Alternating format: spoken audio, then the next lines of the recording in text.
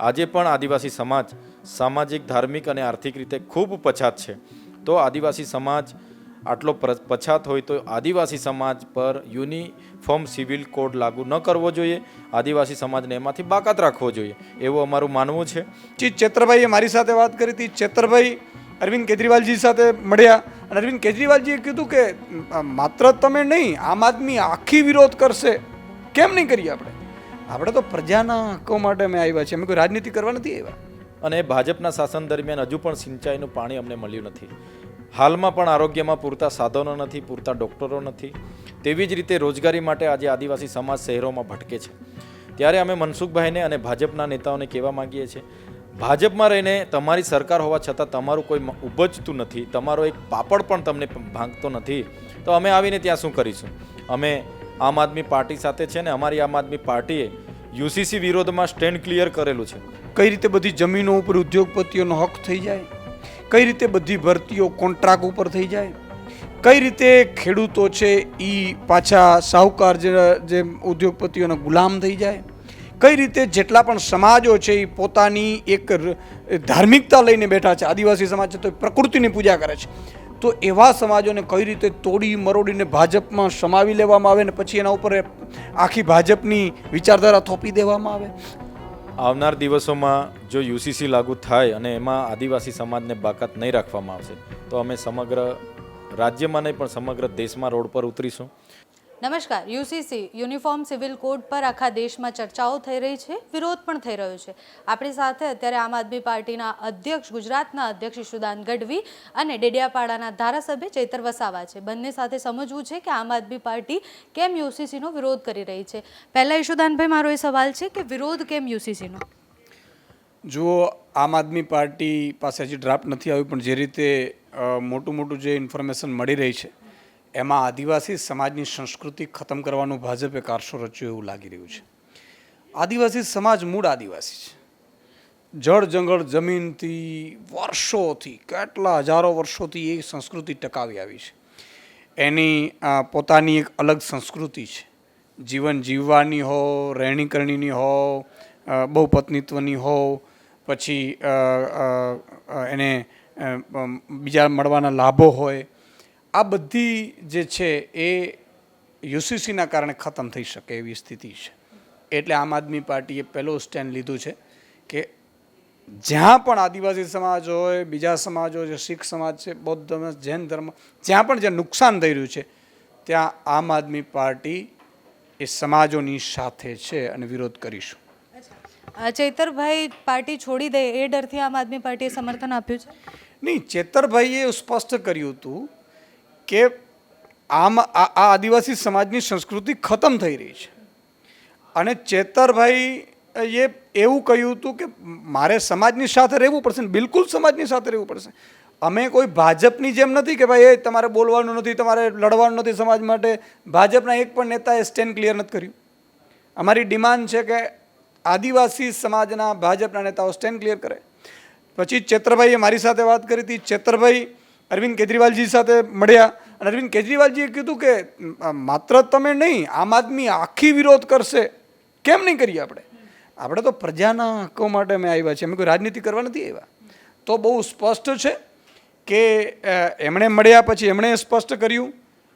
આખા આદિવાસી સમાજમાં પણ અમે આ મુદ્દો લઈ જવાના છીએ અને ભાજપ કઈ રીતે ષડયંત્ર કરી રહ્યું છે, ભાજપના નેતાઓને કઈ રીતે ઘેરવા અથવા તેનો સ્ટેન્ડ પૂછવું એ પણ આમ આદમી પાર્ટીના આદિવાસી સમાજના આગેવાનો કરશે.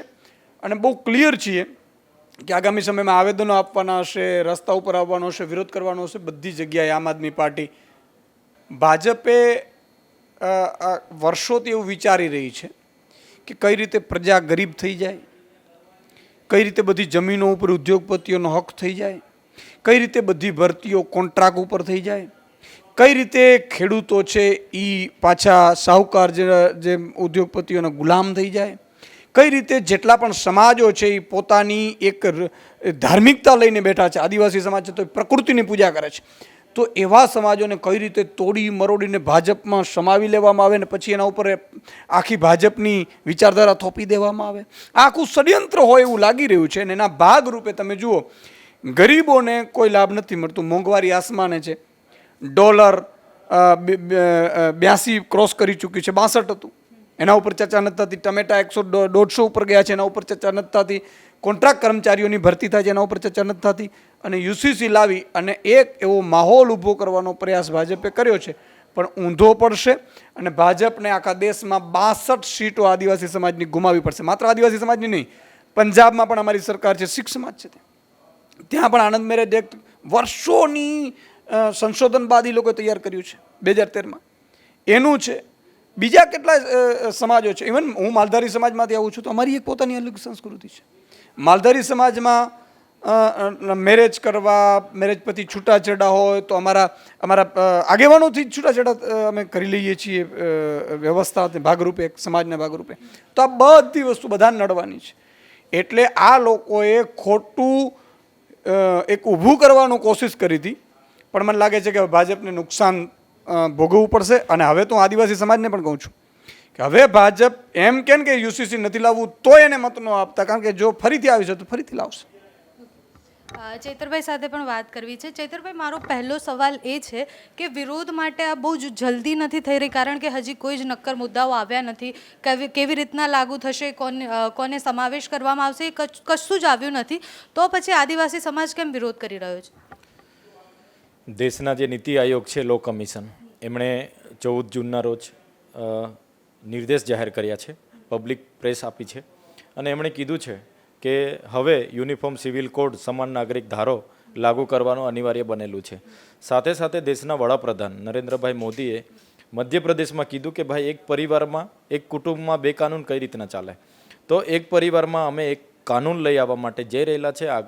આવનાર 2 થી 3 મહિનામાં યુનિફોર્મ સિવિલ કોડ લાગુ કરવામાં આવશે. એટલે આ બહુ ગંભીર અને સેન્સિટિવ બાબત છે, અને અમે એટલા માટે વિરોધ કરી રહેલા છે કે આદિવાસી સમાજ આદિ અનાદિકાળથી અહીં વસે છે. એની પોતાની આખી પરંપરાઓ છે, રૂઢિઓ છે, રીતિ રિવાજો છે. એ પછી લગ્નની પ્રથા હોય, મરણની વિધિ હોય, વારસાઈની બાબત હોય, પત્નીત્વની બાબત હોય, વિધવા વિધુર પુનર્લગ્નની વાત હોય. ઘણા સમાજોમાં યુવક યુવતીઓ લગ્ન વગર પણ સાથે રહી શકે છે અને બાળકને ધારણ કરી શકે છે. ઘણા સમાજોમાં જમાઈ પ્રથાઓ છે, જેના દીકરી જ હોય અને એના પુત્ર ના હોય તો એને જમાઈ રાખવામાં આવે છે. મહિલાઓને વારસામાં મિલકતનો ભાગ આપવામાં આવે છે. ઘણી જગ્યાએ માતૃ સત્તાની કુટુંબો પણ છે. તો આવી તમામ અમારી જે સંસ્કૃતિ છે, અમારા નીતિ નિયમો છે, રૂઢિઓ છે, સમાપ્ત થઈ જશે. સાથે સાથે જે આદિવાસી સમાજને બંધારણમાં જે પ્રાવધાન મળ્યું છે, એ 371ની કલમ હોય, પૈસા એક્ટ 1996 હોય, 73 એ બાબત હોય, અનુસૂચિ 5ની વાત હોય, અનુસૂચિ 6ની વાત હોય, જે શૈક્ષણિક અને રાજકીય રીતે જે રિઝર્વેશન મળ્યું છે, તેવી જ રીતે જે જળ જંગલ જમીનો અને ખનિજો પરના જે અધિકારો આદિવાસી સમાજને સંવિધાને જે આપ્યા છે, એ તમામ વસ્તુ યુનિફોર્મ સિવિલ કોડ આવવાથી એ રદ થઈ જશે, નષ્ટ થઈ જશે. તો અમારે સ્પષ્ટપણે માનવું છે, આજે પણ આદિવાસી સમાજ સામાજિક, ધાર્મિક અને આર્થિક રીતે ખૂબ પછાત છે.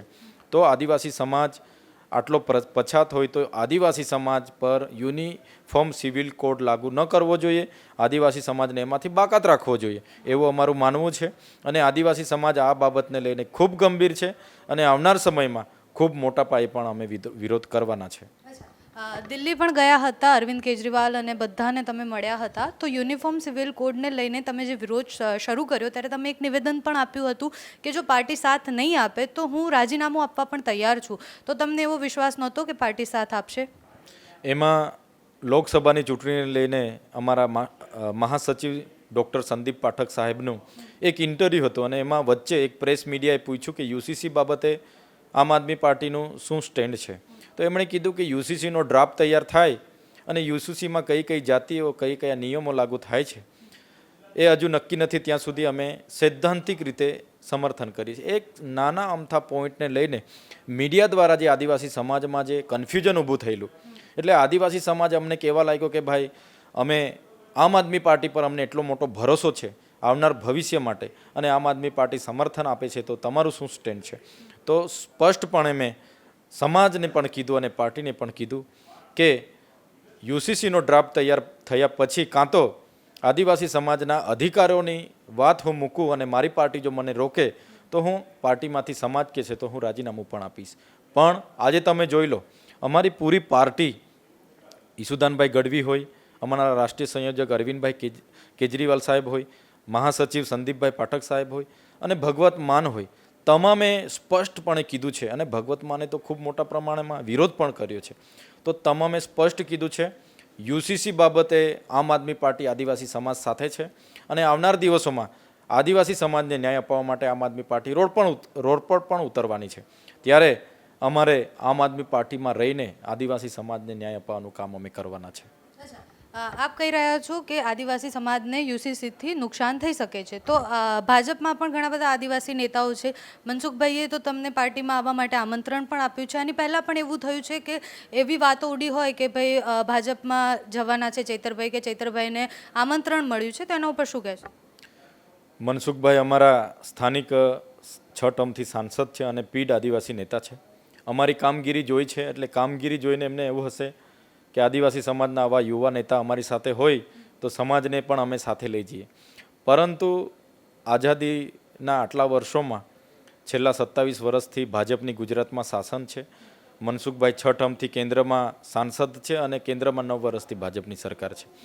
પછી પણ મનસુખભાઈ કે ભાજપ પાર્ટી અમારા વિસ્તારોમાં શિક્ષણનું સ્તર હજુ સુધારામાં નથી લાવ્યા. ઘણી શાળાઓમાં શિક્ષકો નથી, ઓરડાઓ નથી અને ભાજપના શાસન દરમિયાન હજુ પણ સિંચાઈનું પાણી અમને મળ્યું નથી. હાલમાં પણ આરોગ્યમાં પૂરતા સાધનો નથી, પૂરતા ડૉક્ટરો નથી. તેવી જ રીતે રોજગારી માટે આજે આદિવાસી સમાજ શહેરોમાં ભટકે છે. ત્યારે અમે મનસુખભાઈને અને ભાજપના નેતાઓને કહેવા માગીએ છીએ, ભાજપમાં રહીને તમારી સરકાર હોવા છતાં તમારું કોઈ ઉપજતું નથી, તમારો એક પાપડ પણ તમને ભાંગતો નથી, તો અમે આવીને ત્યાં શું કરીશું? અમે આમ આદમી પાર્ટી સાથે છે ને અમારી આમ આદમી પાર્ટીએ યુસીસી વિરોધમાં સ્ટેન્ડ ક્લિયર કરેલું છે. તો જે પાર્ટી યુસીસી લાગુ કરવાની છે એમાં મારે જવાનો પ્રશ્ન ઉપસ્થિત નથી થતો. અમે મનસુખભાઈ હોય કે બીજા આદિવાસી સમાજના નેતાઓ ભાજપમાં છે એમને પણ અમે કહેવા માગીએ છીએ કે તમે પણ તમારું સ્ટેન્ડ ક્લિયર કરો. તમે સમાજ સાથે છો કે ભાજપ સાથે છો? છેલ્લો મારો સવાલ છે કે જો યુસીસી લાગુ થઈ જશે તો તમે શું કરશો, અને જો યુસીસીનો ડ્રાફ્ટ તૈયાર થાય અને એવું આવે કે આદિવાસી સમાજને જે પણ જે નિયમો છે એ તૂટતા નથી, તો તમે એને સમર્થન આપશો? આવનાર દિવસોમાં જો યુસીસી લાગુ થાય અને એમાં આદિવાસી સમાજને બાકાત નહીં રાખવામાં આવશે તો અમે સમગ્ર રાજ્યમાં નહીં પણ સમગ્ર દેશમાં રોડ પર ઉતરીશું. અમારી ખૂબ મોટી વસ્તી છે, 13 કરોડ જેટલા આદિવાસીઓ વસે છે. અમે અમારા જે વિસ્તારની જે 62 બેઠકો પર અમારું લોકસભાની 62 બેઠકો પર આદિવાસી સમાજનું પ્રભુત્વ છે, ત્યાંથી અમે ભાજપને જાકારો આપીશું. અને આવનાર દિવસોમાં સમગ્ર દેશમાં તો અમારી 487 વિધાનસભાની બેઠકો રિઝર્વ છે, એમાં પણ અમે ભાજપને જાકારો આપીશું. અને આવનાર દિવસોમાં એ રાજસ્થાન હોય, મધ્યપ્રદેશ હોય, મહારાષ્ટ્ર હોય, છત્તીસગઢ હોય, જ્યાં પણ ચૂંટણીઓ હશે ત્યાં અમે આદિવાસી સમાજને જાગૃત કરીશું અને યુસીસી લાવનાર ભાજપને અમે ત્યાંથી જાકારો આપવાનું કામ કરીશું.